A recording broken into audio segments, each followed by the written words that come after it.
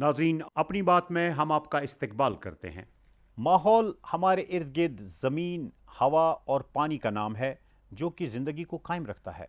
इंसान और दूसरे हयातियाती निज़ाम लाखों बरसों में इर्तिका पाए। अगरचे हमें अभी इर्तिका के पेचीदा तर्ज अमल के बारे में मुकम्मल जानकारी नहीं है, लेकिन ये बात नाकाबिल तरदीद है कि इंसान माहौलियात का फ़ाइनल प्रोडक्ट है। रोई ज़मीन पर तब्दीली का ये अमल जारी है, वजूद के अमल का हिस्सा है कि ज़िंदा चीज़ें फितरत पर असर डालती हैं और ख़ुद भी इर्द गिर्द के माहौल से असरअंदाज होती हैं। इंसान बाकी जानवरों और पेड़ पौधों की तरह इस अमल का हिस्सा है। इसलिए जब तक कि हर एक कुरे अर्ज़ को तबाही से बचाने की ज़रूरत को न समझें, इंसानी बका यानी सर्वाइवल की कोई उम्मीद नहीं है। आलीशान सनती तरक्की, कामयाब सब्ज़ इनकलाब, ट्रांसपोर्ट में अचानक इजाफे, शहरों के तेज़ फैलाव और कुदरती वसाइल के बेहंगम इंतज़ाम से माहौलियाती तवाज़ुन पर बुरा असर पड़ा है। और आज जो हम अपनी बात करेंगे वो इन्हीं माहौलियाती मसाइल की बात करेंगे। और अपनी बात में जो शामिल है मेरे साथ वो है जनाब माइक पांडे साहब, इंटरनेशनली एक्लेम्ड फिल्म मेकर और कंजर्वेशनिस्ट और मेरे उस्ताद मोहतरम है, और डॉक्टर अर्चना प्रसाद जो जामिया मिलिया इस्लामिया जो सेंट्रल यूनिवर्सिटी है उनमें उसमें पढ़ाती हैं और एक्सपर्ट हैं माहौल की। और मेरे साथ तशरीफ़ रखे हुए हैं डॉक्टर श्रीकांता पानीग्री जो एक नॉन प्रॉफिट ऑर्गेनाइजेशन चला रहे हैं, कार्बन माइनस इंडिया।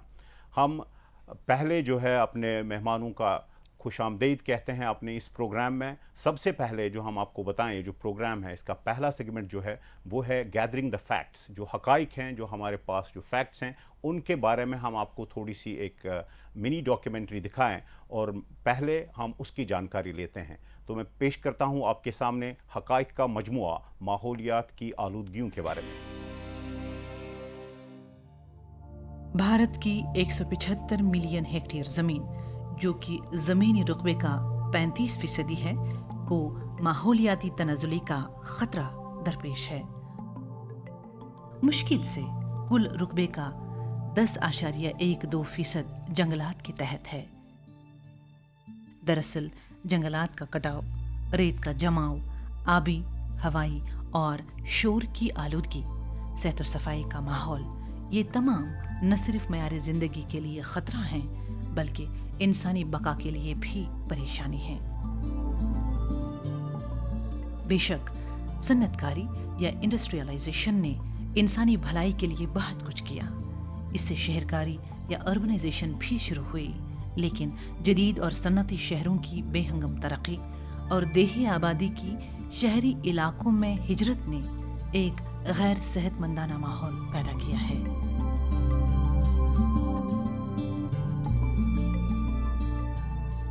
बड़े शहरों में रह रहे लोग साफ हवा में सांस नहीं ले पा रहे हैं, न ही वो पेड़ पौधे देख पाते हैं, खुली जगहें भी मफकूद हैं। इन शहरों में शोर की आलूदगी भी है, जिससे छुटकारा पाना फिलहाल महाल है। फज़ाई आलूदगी इसकी दूसरी मिसाल है कि किस तरह जदीद सन्नती तरक्की और ज़राए नक़्ल हमल में पेशरफ्त से इंसान के माहौल पर बुरे असरात पड़े हैं। फज़ाई आलूदगी का बड़ा उन्सुर फैक्ट्रियों की चिमनियों और गाड़ियों से निकलने वाला धुआं है। हालांकि सनती फैलाव और गाड़ियों की बढ़ती हुई तादाद के सबब इसे कुली तौर पर रोका नहीं जा सकता, ताहम कुछ इकदामात उठाकर इसे कम किया जा सकता है। पानी, जो कि रुए ज़मीन पर जिंदगी की बका के लिए इंतहाई अहम है, को सन्नती फुजले से इस हद तक आलूदा किया जाता है कि ये पेड़ पौधों और हैवानों की जिंदगी के लिए भी बड़ा खतरा बन चुका है।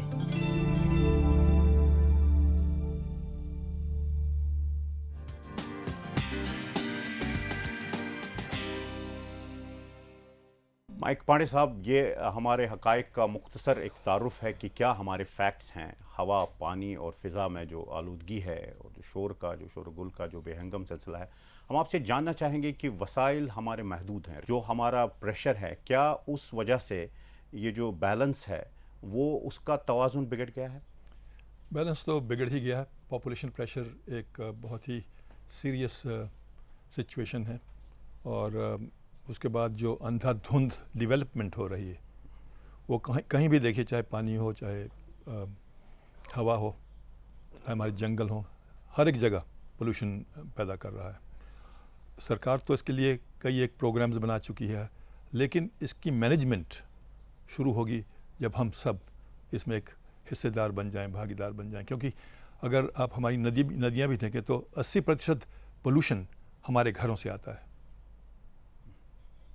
तो सरकार तो साफ़ करती रहेगी नदियाँ, लेकिन आप प्रदूषण फैलाते रहेंगे तो आपको गंदा पानी पीने को मिलेगा।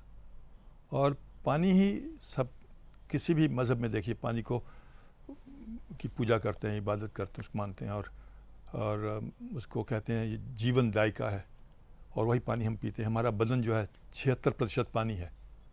तो अगर प्रदूषित पानी हम पिएंगे तो वो हमारा बदन भी प्रदूषित हो सकता है। तो प्रदूषण के मतलब ये है, जो अगर सोच कर आप अपना कूड़ा करकट फेंकें, क्योंकि वही आपके ग्लास में आ जाएगा, आपके भोजन में आ जाएगा। जी डॉक्टर अर्चना प्रसाद, जंगलात के बारे में आपका काफ़ी काम है। जंगलात का जो बेदरेग सफाया हो रहा है, जो कटाव हो रहा है, उसकी वजह से वो कितना जिम्मेदार है इस आलूदगी के बहाव का? देखिए, पहले तो मैं ये कहना चाहूँगी माइक पांडे साहब की बात से जोड़ते हुए कि जनसंख्या में तो इजाफा हो ही रहा है, पर हमें इस तस्वीर को थोड़ा सा और कॉम्प्लिकेट करना पड़ेगा। मतलब कि अगर आप 2011 की जनगणना के फिगर्स को देखिएगा तो हमें दिख रहा है कि जो शहरों की तादाद है और जो टाउनशिप्स की तादाद है वो 39% ज़्यादा बढ़ चुकी है। दूसरी बात है कि जो लोग पहले गांव में जिनको रोज़गार मिलता था, एग्रीकल्चर के फेल होने की वजह से वो लोग सब अब शहरों में और उसके इर्द गिर्द आके बस रहे हैं। तो इम्बैलेंस का एक कारण ये भी है कि जो नीति हम लोगों ने अपनाई है वो कई लोगों को तो बहुत फ़ायदा पहुंचा रही है और कई लोगों को बहुत कम फ़ायदा पहुंचा रही है। और ये बात जो है इम्बैलेंस की, ये बिल्कुल भूमि के इस्तेमाल, मतलब ज़मीन के इस्तेमाल के साथ जुड़ी हुई है, और उसमें वनों का भी काफ़ी बड़ा हिस्सा इसके साथ जुड़ा हुआ है। 1980 और 1995 1995 के बीच में हर साल 24,000 हेक्टेयर्स जो फॉरेस्ट लैंड है वो नॉन फॉरेस्ट के लिए कन्वर्ट हो गया। पर पिछले 5 या 6 साल में ये फिगर 3 गुना बढ़ गया है। मतलब 72,000 हेक्टेयर प्रति साल जो है वो कन्वर्ट हो रहा है, वो ज़्यादातर इंडस्ट्रियल प्रोजेक्ट्स में कन्वर्ट हो रहा है। तो एक जो संतुलन है वो टोटली बिगड़ रहा है। पहले भी बिगड़ा हुआ था, पर अब तो बहुत ज़्यादा ही इसकी वजह से पेस फास्ट पकड़ रहा है, बहुत फास्ट पेस में पेस तो पकड़ ही रहा है, लेकिन एक खतरे की कागार पर आ गए हैं आप। और अगर आप ठोस कदम नहीं उठाएंगे तो हमारा अस्तित्व खतरे में है। डॉक्टर श्रीकांत पानीग्रही, आपसे मैं फैक्ट लिस्ट जानना चाहूँगा, क्योंकि आप एक नॉन प्रॉफिट ऑर्गेनाइजेशन चला रहे हैं, कि क्या सूरत हाल है इस वक्त। क्योंकि हम एक जो सेगमेंट इस वक्त है, हम फैक्ट्स के बारे में बात कर रहे हैं। आपके पास क्या फैक्ट्स हैं हमारी जो डिफरेंट पोल्यूशंस है, हवा की पोल्यूशन और हमारी जो फ़िज़ा की पोल्यूशन है, साउंड नॉइज़ पोल्यूशन है, और पानी की जो पोल्यूशन है, क्या आप समझ रहे हैं, क्या पोजीशन है उसकी? हम लोग का जो स्टैटिस्टिक्स है, डाटा है, फिगर है, उसमें ये पता चल रहा है कि हम संतुलन बिगड़ते जा रहा है, और इतना बिगड़ चुका है और आगे भी बिगड़ने का माहौल हो रहा है। हवा प्रदूषण एक सबसे बड़े प्रदूषण है, और हवा का इसलिए आप गाड़ी मोटर ये सब जान वाहन को रेस्पॉन्सिबल ठहराइए, नहीं तो इंडस्ट्री को ठहराइए, नहीं तो अपना जो कुकिंग प्रोसेस अर्बन एरिया हो चाहे रूरल एरिया हो, उसमें लकड़ी जलाने का और जिसमें जो हवा प्रदूषित होता है, बहुत सारे उसका कारण है। और चाहे हवा का देखिए, पानी का देखिए, जंगल का देखिए, जैसे आप बोला शब्द प्रदूषण, ये सब का बहुत सारे आंकड़ा है। बिल्कुल माइक साहब, जो आपने बहुत काम किया है पेस्टिसाइड्स के ऊपर, और आपने देखा जो जैसे डॉक्टर प्रसाद ने बोला कि हम जो काट रहे हैं जंगल और यहाँ से हम इंडस्ट्रीज़ लगा रहे हैं, और एग्रीकल्चरल लैंड कन्वर्ट कर रहे हैं नॉन एग्रीकल्चरल पर्पज़ के लिए, और कंक्रीट सिटीज़ बन रही है, कंक्रीट जंगल्स क्रिएट हो रहे हैं। जो प्रदूषण में जो हिस्सा है, इस माहौल की आलूदगी में जो हिस्सा है, पेस्टिसाइड्स और जो बाकी चीज़ें हैं उनके केमिकल्स का। देखिए, एक तो जो इंडस्ट्री से एफ्लुएंट निकलता है, पॉइजनस केमिकल एफ्लुएंट्स है, वो अनट्रीटेड एफ्लुएंट्स है, बहुत ख़तरनाक होता है वो, रसायन वगैरह। और फिर एग्रीकल्चर रन ऑफ, उसके साथ साथ जो फर्टिलाइज़र है, पेस्टिसाइड्स हैं, ये भी हमारी नदियों में आ जाते हैं। ये मानते हैं हम ज़रूर कि शहरों में अगर पानी आता है तो उसको हमारी जो जल बोर्ड वगैरह उसको साफ़ करके आपके यहाँ पहुँचा देती हैं, आपको स्वच्छ जल मिलता है। बट सबसे ख़तरनाक चीज़ आपको नज़र नहीं आती, वो है हैवी मेटल्स। मर्क्यूरी, कैडमियम हुआ, आर्सेनिक वगैरह हुआ, इसमें कई तत्व हैं जो आपको दिखते नहीं हैं, और हमारे मशीनों में क्षमता नहीं है उनको हटाने की। आरओ फिल्ट्रेशन होती है जो लोगों के घरों में अब लगी है, उससे ज़रूर सेपरेशन हो जाती है, और ये कई लाख गुना जो स्टैंडर्डाइज्ड लिमिट है उससे ऊपर है। तो इससे बर्थ डिफेक्ट्स होते हैं, मेंटल प्रॉब्लम होते हैं, गैस्ट्रिक प्रॉब्लम्स होते हैं, अन्य बीमारियां पैदा होती हैं। और जो एक साइलेंट पोल्यूटर है वो है नॉइज़ पोल्यूशन। जी, अन्य पोल्यूशंस को तो आप देख सकते हैं, लेकिन साइलेंट किलर जो है वो नॉइज़ पोल्यूशन है, जिससे स्ट्रेस पैदा होता है, हार्ट अटैक्स भी हो सकते हैं। एक बच्चा जो गर्भ में पल रहा है उसको भी वो इफ़ेक्ट करता है, हार्ट प्रॉब्लम्स, ब्लड प्रेशर, जन्म के पहले ही अपने आप को establish कर लेते हैं इनमें पोल्यूटेंट। दैट्स राइट, बिल्कुल सही। एक डेसिबल है। और हमारे थिएटर्स भी देख लीजिए, noise levels are very high. Trains जहाँ लोग रहते हैं उनके बहुत ही करीब, तो 80 डेसिबल से जो भी ऊपर ध्वनि हो वो एक नॉइज़ है, वो पोल्यूशन हो जाती है और आलूदगी। बिल्कुल सही। हमने जो फैक्ट्स पे बात करी, और हमारा जो दूसरा सेगमेंट अब है वो है एनालाइजिंग द फैक्ट्स, या जो हमारे हकाइक हैं उनके क्या कॉजेज़ क्या है इसके। हमने हकाइक पे अभी बात की, तो हम एक और मिनी डॉक और एक कैप्सूल दिखा रहे हैं आपको, analysing the facts.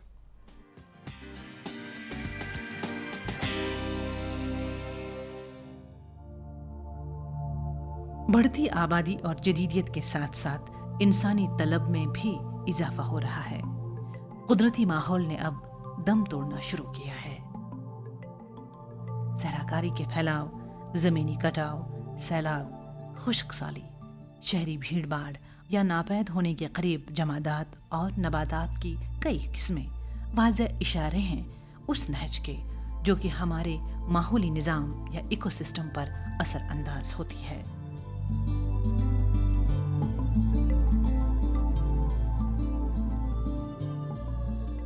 Pollution control board, जो कि वाटर पोल्यूशन कंट्रोल एक्ट और एयर पोल्यूशन एक्ट के तहत बनाए गए थे, सन्नती यूनिटों के ताउन से महरूम हैं।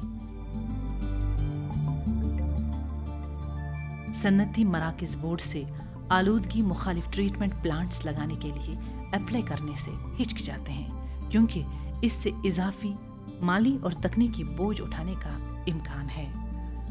कवानीन के मुकम्मल निफाज से मसला कुछ हद तक हल हो सकता है। ये कवानीन है water prevention and control of pollution act 1974, air prevention and control of pollution act 1981, environment protection act 1986 और इसके तहत उसूल, public liability insurance act 1981, national environment tribunal act 1995, national environment appellate authority act 1997।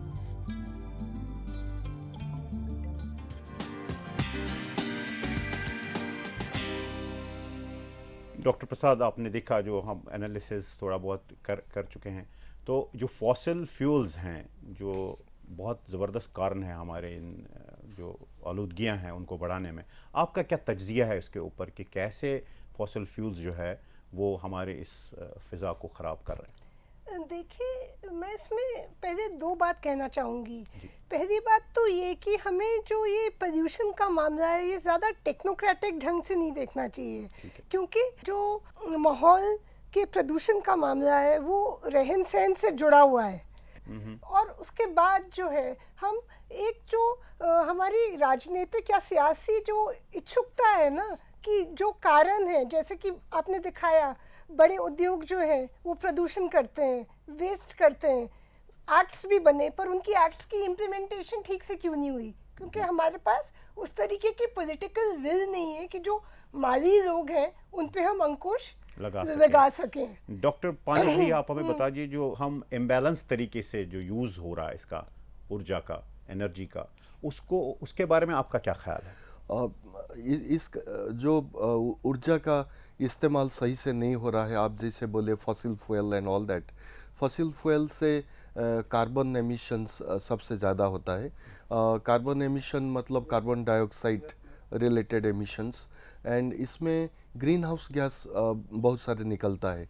6 type का green house gases है, जैसे carbon dioxide, methane, nitrous oxide, chlorofluorocarbon, carbon hexachloride and all that.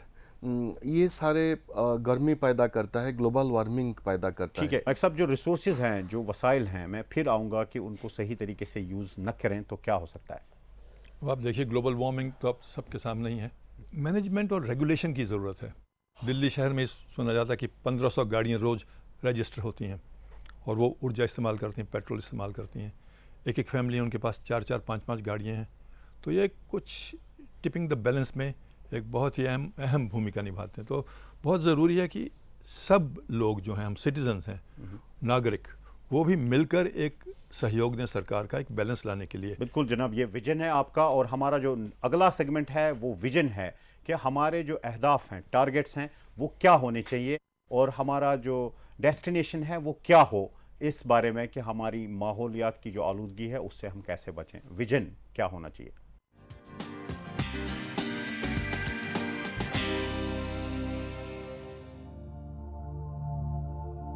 रियासती board इन प्रोग्रामों पर अमल दरामद कराएं।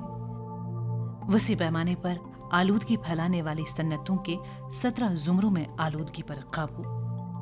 दरियाओं और झीलों में सन्नती फुजला डालने वाली सन्नतों पर आलूदगी पर काबू का जोर। रियासतों में आलूदगी पैदा करने वाली सन्नतों को आलूदगी पर काबू पाने के कवायद का पाबंद बनाना। बुरी तरह आलूदा इलाकों में माहौल को वापस आम सतह पर लाना। रियासतों में पानी और हवा के मेयार पर नजर रखना। मुजिर फुजला, हयातियाती, तिब्बी और म्यूनिसिपल कूड़ा करकट को ठिकाने लगाने पर नजर रखना। मुख्तलिफ जुमरों के इलाकों, रिहायशी, तिजारती, सन्नती और खामोश खित्तों या साइलेंस जोन्स में शोर के मुनासिब माहौल को एनवायरनमेंट प्रोटेक्शन एक्ट 1986 के तहत नोटिफाई किया गया है। गाड़ियां, घरेलू साजो सामान और तामीराती चीजों के लिए शोर की हद मुकर्रर की गई है।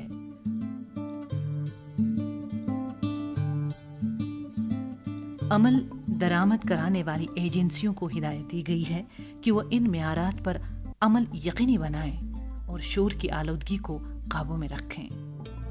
कूड़ा करकट बेएहतियाती से डालना माहौलियाती तनज़ुली का एक बड़ा सबब है। इसके लिए इसकी मैनेजमेंट काफ़ी अहमियत की हामिल है। मुनासिब मैनेजमेंट के लिए ज़रूरी है कि सबसे पहले कूड़ा करकट को जमा किया जाए और फिर इसे ठिकाने लगाना यकीनी बनाया जाए। कूड़े करकट को बायोडिग्रेडेबल और नॉन बायोडिग्रेडेबल में अलग अलग तकसीम करना होगा। फिर बायोडिग्रेडेबल को सड़ाने का काम आता है। नॉन बायोडिग्रेडेबल अशिया को रिसाइकिल किया जा सकता है।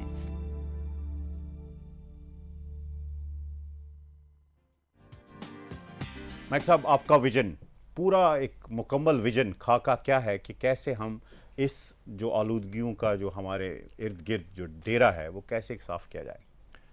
सबसे बड़ी बात है, अगर हम वाकई सीरियस हैं कि पोल्यूशन जो है कम हो और हमारी लाइफस्टाइल जो है वो उसको चेंज करना बहुत ज़रूरी है। जिस प्रकार हम इस वक्त ज़िंदगी गुजार रहे हैं उसमें एक चेंज लाना बहुत ज़रूरी होगा, और उसी से एक जो पोल्यूशन लेवल्स हैं वो कम होंगे। रिस्पॉन्सिबिलिटी लेनी पड़ेगी हर सिटीज़न को कि वाकई हमें एक बदलाव लाना है, और उसमें हम सहयोग ने सरकारों का, एक्सपर्ट्स का, विशेषज्ञों का, और एक संतुलन फिर से रिस्टोर करने का, जो बैलेंस हमने बिखेर दिया है उसको एक बार फिर से लाने के लिए, उसमें हर एक सिटीज़न को पार्टिसिपेट करना पड़ेगा। डॉक्टर अर्चना प्रसाद, आपका विजन हुकूमत के लिए हम समझे कि क्या करना चाहिए? मुझे जो लगता है, एक बात जो आपने रिस्पॉन्सिबिलिटी की कही वो मुझे ठीक लग रही है, परंतु मुझे लगता है कि जो लोग ज़्यादा इस्तेमाल करते हैं उनको ज़्यादा रिस्पॉन्सिबिलिटी देनी चाहिए। और रिस्पॉन्सिबिलिटी फिक्स करने की भी बात है कि कौन रिस्पॉन्सिबल है उस पोल्यूशन के लिए। खाली हुकूमत तो रिस्पॉन्सिबल नहीं है ना, एक समाज का ऐसा तबका है जो ज़्यादा यूज़ करता है और जिनको एक्सेस भी ज़्यादा है। दूसरी बात है कि मुझे लगता है कि जो हमारे देश के गरीब तबका है उसको जब तक हम बुनियादी ज़रूरत मुकम्मल नहीं करवाएंगे तब तक हम पोल्यूशन को जड़ से तो उखाड़ नहीं सकते, क्योंकि पोल्यूशन का जड़ भी उस गैर बराबरी में है। बहुत अच्छा। आपका विजन डॉक्टर पानीगृही कि आप नॉन प्रॉफिट ऑर्गेनाइजेशन में काम कर रहे हैं, कि कहाँ से शुरुआत हो और क्या करना चाहिए हम सबको? सबसे इम्पोर्टेंट चीज़ यही है, we should have a climate friendly lifestyle. Climate friendly lifestyle क्या है? लाइक सूती कपड़ा पहनना और वेजिटेरियन खाना खाना, और जिसमें कम ऊर्जा का इस्तेमाल हो और सिंपल लिविंग एंड इस टाइप का बहुत सारे अभ्यास अपना लाइफस्टाइल में बदलाव लाना है। अभी पृथ्वी का 9 सिटी में एक्सपेरिमेंट बेसिस पे something concept has come, personal carbon trading. Personal carbon trading मतलब आपका पर्सनल कार्बन फुटप्रिंट क्या है। मान लीजिए मेरा फुटप्रिंट 600 टन पर ईयर है इस साल का, तो नेक्स्ट साल में अगर मैं 500 टन कर सकूं, 300 टन कर सकूं, कैसे मैं लाइफस्टाइल में बदलाव ला सकूं और मेरा फुटप्रिंट को कम कर सकूं।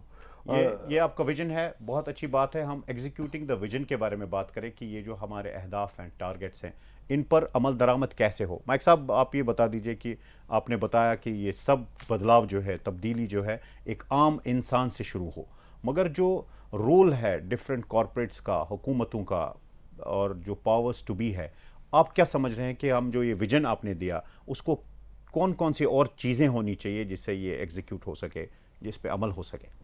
देखिए, जिस प्रकार दिल्ली का शहर है और जिस प्रकार अंधाधुंध गाड़ियाँ हैं, फॉसिल फ्यूल का जहाँ तक सिलसिला है, अगर public efficient and effective public transport अगर हो, लोग बसेस इस्तेमाल करें जैसे इंग्लैंड में करते हैं, फ्रांस में करते हैं, पेरिस में, तो वो एक हद तक जो हमारे अब टोल गेट्स बन गए हैं, वहाँ पर देखिए घंटों तक 300-400 गाड़ियाँ 10-10, 15-15 मिनट इंतज़ार करती हैं।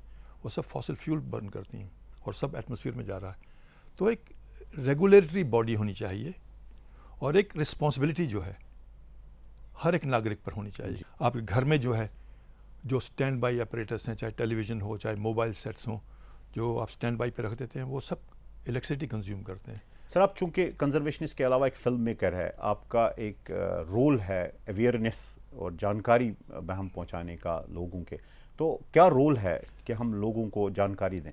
जब तक एक आम आदमी ये नहीं समझता कि उसकी ज़िंदगी से क्या ताल्लुक़ है, एक चाहे वो पेड़ हो, बाग हो, चाहे पानी हो, तब तक वो बदलाव नहीं आ सकता। इसलिए बहुत ज़रूरी है कि एजुकेट किया जाए, स्पेशली ग्रास रूट लेवल्स को and extreme grass root level, तभी जाके बदलाव आएगा। और सिंपलेस्ट लैंग्वेज में जो जार्गन है साइंटिफिक, उसको हटाकर सीधी छोटे छोटे साधारण शब्दों में बताया जाए कि अगर आप ये करेंगे तो ऐसा हो जाएगा। हमारी दिल्ली में देखिए, इस वक्त हर रोज़ 12,000 टन कूड़ा करकट पैदा होता है। अब वो कहाँ जाएगा? गार्बेज मैनेजमेंट, रिसोर्स मैनेजमेंट, पानी, कई तो ऐसे दिल्ली शहर में भी कॉलोनीज हैं जहाँ एक हफ्ते में सिर्फ 2 बार ट्रक जाते हैं। तो ये रिसोर्सेज तो हैं हमारे पास। हमारे देश में सबसे ज़्यादा वर्षा पड़ती है, लेकिन जो तालाब वगैरह हैं वो सूख रहे हैं।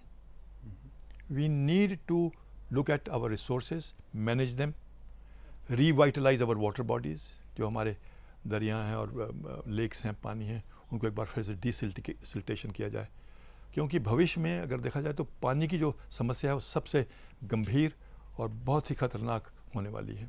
जी, आप मैनेजमेंट की बात की माइक साहब ने, और आप बता दीजिए कि आप कैसे चाहेंगी कि मैनेज हों हमारे जो माहौल है जो हमारा, वो कैसे मैनेज? दो बातें हैं।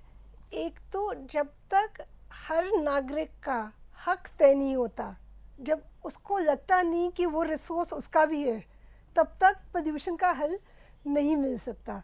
दूसरी बात कि मैंने आपको बताया कि बुनियादी सेवाएं जो हैं, water security, food security, all those kinds of issues they have to be addressed. अगर आदमी को खाने को नहीं मिलेगा, उसको मालूम नहीं उसका काम कहाँ से आएगा, तो नेचुरली डिस्ट्रेस में वो कुछ भी यूज़ कर रहा है। जी, तो हक की बात मुझे लगता है बहुत इम्पोर्टेंट है। Right to livelihood is a very important right. Okay. Doctor Panigrahi, आप बता दीजिए कि कैसे किया जा सकता है ये? पब्लिक पार्टिसिपेशन सबसे इम्पोर्टेंट है, कम्युनिटी पार्टिसिपेशन, एंड ये डिसेंट्रलाइज्ड मैनर में होना चाहिए। अभी ज़्यादातर हमारा जो कंट्री का प्रोसेस है वो सारे टॉप डाउन प्रोसेस है, तो हमको बॉटम अप अप्रोच अपनाना चाहिए।